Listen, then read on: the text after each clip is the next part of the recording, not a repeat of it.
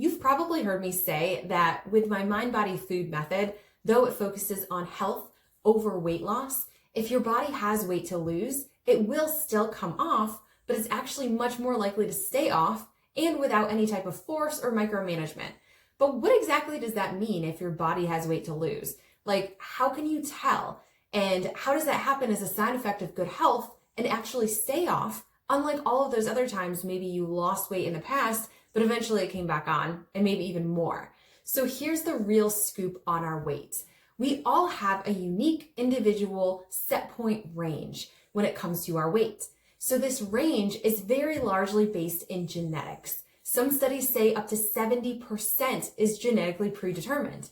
So this range is this place where our natural weight falls, where our bodies experience homeostasis at any given time in our lives. It's where things are easy, it's where things are stable.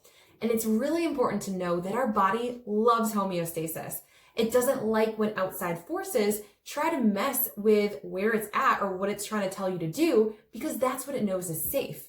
So take our body temperature, for example, 98.6.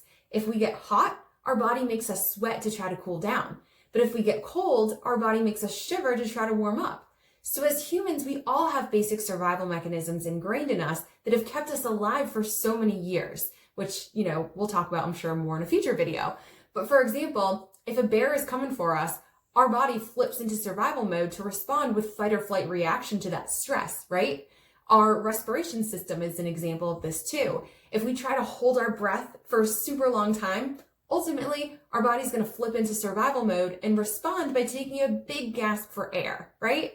Another one of our basic survival mechanisms is a line of defense against weight manipulation.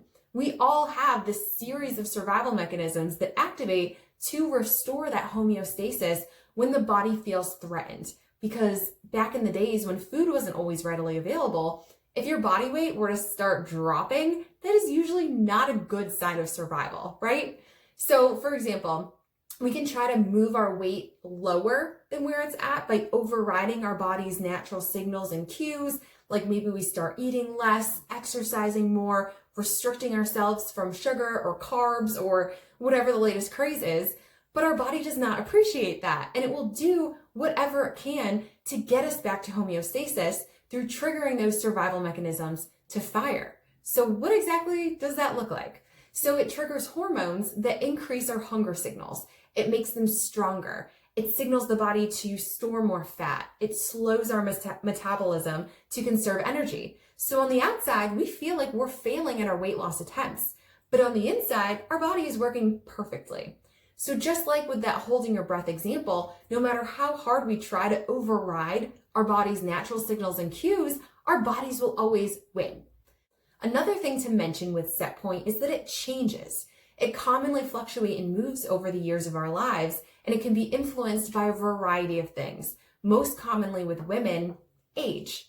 They've actually found a pattern in research that shows that just about every decade, starting at like 20 years old, 30, 40, etc., our metabolism naturally changes and tends to slow down as we age due to a shift in our hormones, especially if we have kids and as we creep towards menopause. But dieting is actually the biggest predictor of future weight gain. Check out the book Health at Every Size for all of the juicy studies on that. There's actually no way to calculate what our weight should be on any given day of our lives, even if we think it should be less than what it is now. There's no type of calculation that could take into consideration our genetics, our metabolic inheritance, the history of chronic diets and restriction, our family health history, your health conditions, your organ and colon detoxification efficiency, what you eat, how you eat it, the quality of the food you eat, the amount that you're moving your body, the amount that you're resting, the amount of muscle you have. The list is so long, and some of which change and vary every single day. So since we don't know what our weight set point is, and we don't know, we do know, that the more we try to force our weight to a certain number, the more our body's gonna backfire, right? So the best thing to do to put us in the best position to get to our healthiest weight, where things are easy, where we feel good, is to focus on those health promoting behaviors. Focus on teaming up with your body rather than trying to overrule its natural signals and force what you think is best. Our body wants us to be happy and healthy, but it can only perform for us as well as we give it the ingredients to, both mentally and physically. Know that your natural healthy size will never require you to do unhealthy things to get there or to maintain it. The good news is your body still instinctively knows exactly what it needs to thrive and naturally reach and easily maintain its natural weight and be its healthiest. It knows you better than anyone does. It knows the what, the when, the how much food it wants and needs, and it's dying to tell you. Creating a healthy relationship with food, getting to know your body, improving and working on your body image is the absolute best way to get there. If you want some help and support with this, set up a free mini session with me. What do you have to lose? Shoot me a PM and we'll get that booked.